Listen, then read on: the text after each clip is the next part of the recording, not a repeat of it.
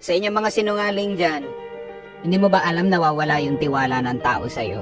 Pwede ka kasi makalusot sa sinungaling mo Pero ang problema kasi dyan, pag nalaman nila nagsinungaling ka, nababawasan yung tiwala. At pag nabawasan ang tiwala, o sa larangan ng negosyo, alam mo naman, negosyante ako, hindi ako bibili sa'yo pag wala akong tiwala sa'yo. Ang tanong ko sa'yo, ito, bibili ka ba sa mortal na kaaway mo? Bibili ka ba sa alam mong manggagansyo at manloloko? Mahirap yun, diba? Kaya nga, above all, you protect your name. And you protect your name by telling the truth and nothing but the truth. Dahil kapag nalaman ng mga tao na nagsisinungaling ka for your own benefit, di ba? Worse yun. Na nagsinungaling ka para makapanlamang ka ng kapwa mo tao, wala nga magtitiwala sa'yo. At yung akala mo na nakaisa ka, kumita ka, hindi.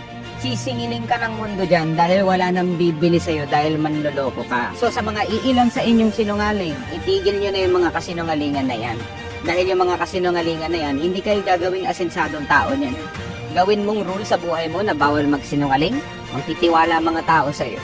Tapos magugulat ka, tignan mo, yung negosyo mo lumalaki. I-refer ka ng mga tao dahil alam na trustworthy ka. Susi sa tagumpay ang pagsasabi ng totoo. Kaya simula ngayon, bawal magsinungaling.